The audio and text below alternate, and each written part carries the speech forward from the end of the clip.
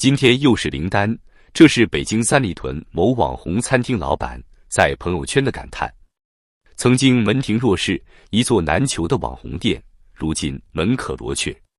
这不是孤立，而是中国餐饮业正在经历的至暗时刻的缩影。经济数据显示，今年上半年，中国餐饮相关企业注销、调销数量达到惊人的105.6万家，比2023年同期增长近55%。而2023年全年的倒闭数是135.9万家。如果按这个趋势发展下去，到2024年底，预计将有超过200万家餐饮企业永远告别这个市场。这意味着什么？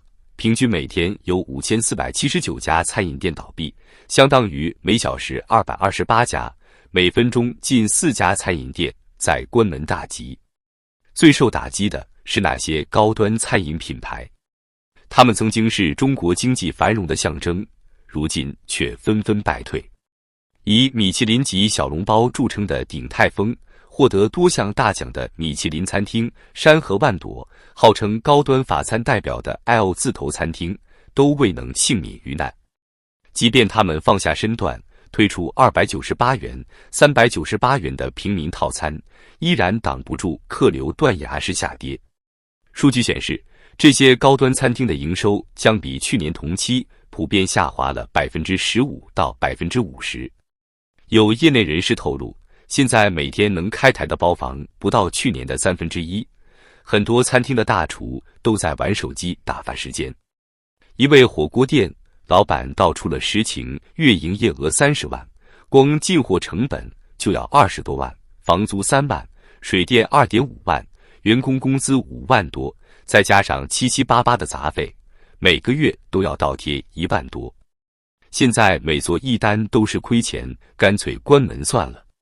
在社交媒体上，一位餐饮创业者自嘲创业时带着20多万，现在关门时确实翻了1倍多，变成了40多万负债。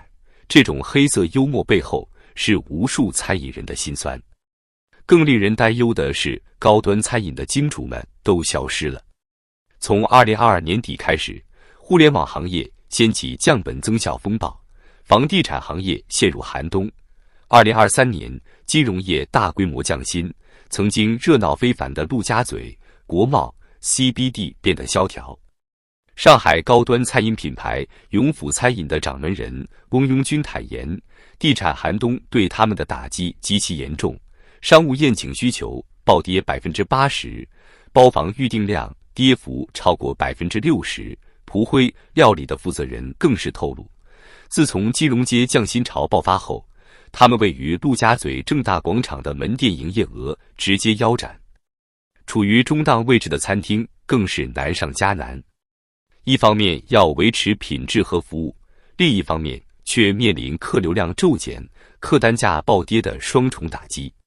数据显示，今年以来，中端餐厅的平均客单价下跌了35%，而客流量同比减少了40%，这意味着他们的营收可能已经跌去60%以上。知名连锁品牌赤坂亭的全面关店就是最好的例证。这个曾在北京、上海、南京等地开设数十家门店的高端日料品牌，如今人去楼空。黑木日本料理的负责人更是感慨，今年有超过1/3的老客户都消失了。剩下的客人来吃饭时，也都是挑最便宜的点。一位不愿透露姓名的餐饮业资深人士预测，接下来还会有更多餐企倒闭。能活下来的，要么是有雄厚资本支撑，要么是在经营上有独特优势。但无论如何，2024年对整个餐饮业来说，都将是最艰难的一年。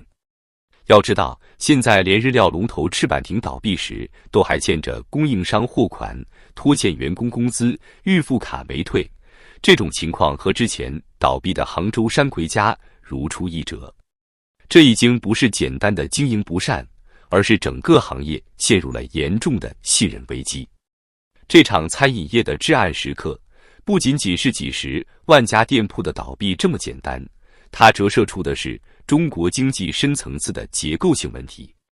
从高端餐饮的溃败，到中端餐厅的挣扎，再到小店的纷纷关门，每一个数字背后都是一个令人心酸的故事，每一张倒闭清单后面都是一个支离破碎的创业梦。一条街连个鬼影子都没有，这是2024年初，一位在广州天河商圈经营了8年餐厅的老板娘的感叹。要知道，这可是曾经日均人流量超过10万的美食天堂。我们来看看具体数据。根据窄门餐研对全国4大主流餐饮赛道的统计，截至2024年10月15日，火锅赛道一年新开店161248家，但净增长是-2061家；茶饮赛道新开店122080家，净增长-16843家；快餐赛道新开店373216家，净增长-59467家；中餐赛道更惨，川菜负增长7526家，粤菜负增长7107家，湘菜负增长879家。最吓人的是酸菜鱼赛道，一年开了6825家新店，但净增长是-2764家。这意味着什么？一年之内倒闭了将近1万家酸菜鱼店，要多惨有多惨。营商网的数据显示，2024年上半年，全国重点27个城市的600多个样本购物中心，平均空置率高达 8.5%。更可怕的是，在重点24个城市中，约30%商场的空置率已经超过 10%。空置率飙升的背后是什么？是餐饮店铺的集体撤离。那些曾经熙熙攘攘的美食广场，如今人去楼空。有商场经理透露，以前一个店面退租，立马就有10几家排队要进来。现在倒好，免租3个月都找不到接盘侠。最能说明问题的是餐饮二手设备市场的惨状。安徽的回收商说，以前想着开门挣800，现在想的是开得了门就不错。回收业者道出实情，他家今年光回收倒闭餐饮店就有几百家，几个仓库全都爆满，光桌椅就堆了上万个。最让人心酸的是，很多设备都是90成新，有些餐厅开张还不到1个月就倒闭了。市场行情触目惊心，串串冷藏展示柜从2000多暴跌到1200，品牌制冰机从1万多直接打对折。一整套20桌规模的餐厅设备，二手价才2万多。是什么把100万餐饮店逼上绝路？其实原因错综复杂，首当其冲的就是无休止的价格战。商家为了争夺客源，你降我也降，最后把自己逼入死胡同。一位店主无奈地说，现在卖一份菜的利润还不够买一包方便面，这生意还怎么做？更要命的是羊毛党的肆虐。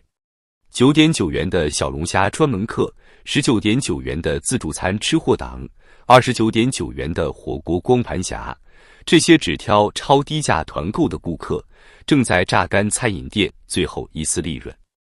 有些顾客专门等着平台发券，一张券能省个20-30，商家却要贴上去40-50。平台的霸王条款更是雪上加霜，动辄26%的高额抽成也就罢了，还要强制商家参与各种低价团购活动。一位餐饮老板说得好，你不降价就没有流量，降价了又亏得吐血，这不是把人往绝路上逼吗？跟风创业的恶果也开始显现。一条街上密密麻麻开了10家火锅店，一个商场里挤满20家奶茶店，大家抢来抢去，最后全部陪葬。有经营了8年火锅店的老板说，以前1个月能赚3-4万，现在10家店来分这个蛋糕，每家都只能喝西北风。最讽刺的是，曾经的餐饮暴利神话彻底破灭。那些靠着短视频爆火的网红店，往往撑不过半年就倒闭了。表面上天天排队，门口全是托，爆单背后其实是巨额亏损。等网红光环一过，剩下的就只有空荡荡的店面和一堆烂摊子。不少网红店老板感叹，现在的餐饮就像流量明星，红的时候风光无限，过气了连房租都付不起。所以说，这不仅仅是单个店铺的经营不善，而是整个行业陷入了恶性循环。价格战的魔咒，资本的逐利，盲目的跟风，虚假的繁荣，共同编织成了一张大网，把百万餐饮人的梦想困在其中，动弹不得。别抱幻想了，这个冬天才刚开始。一位餐饮业老炮直言，现在活着的不是因为你多有本事，而是因为你的粮食还没吃完。让我们来看看上市餐饮企业的数据。呷哺亏损 2.73 亿，海底捞净利润同比下滑 9.7%， 九毛九净利润暴跌 71%， 西贝小南国亏损 2940.3 万。这些数字意味着什么？连这些巨头都在苦苦挣扎，更别说那些小店小铺了。我经营餐饮17年了，从来没有这么焦虑过。这是一位餐饮老板的心声，道出了整个行业的无奈。这已经不是简单的经济周期问题，而是一场深刻的行业洗牌。当一个行业的倒闭数每分钟近4家，当老字号纷纷关门，当二手市场堆满90%新设备，我们不得不承认，这个寒冬注定漫长而寒冷。餐饮业的至暗时刻，不仅仅是一个行业的悲歌，更是中国经济的缩影。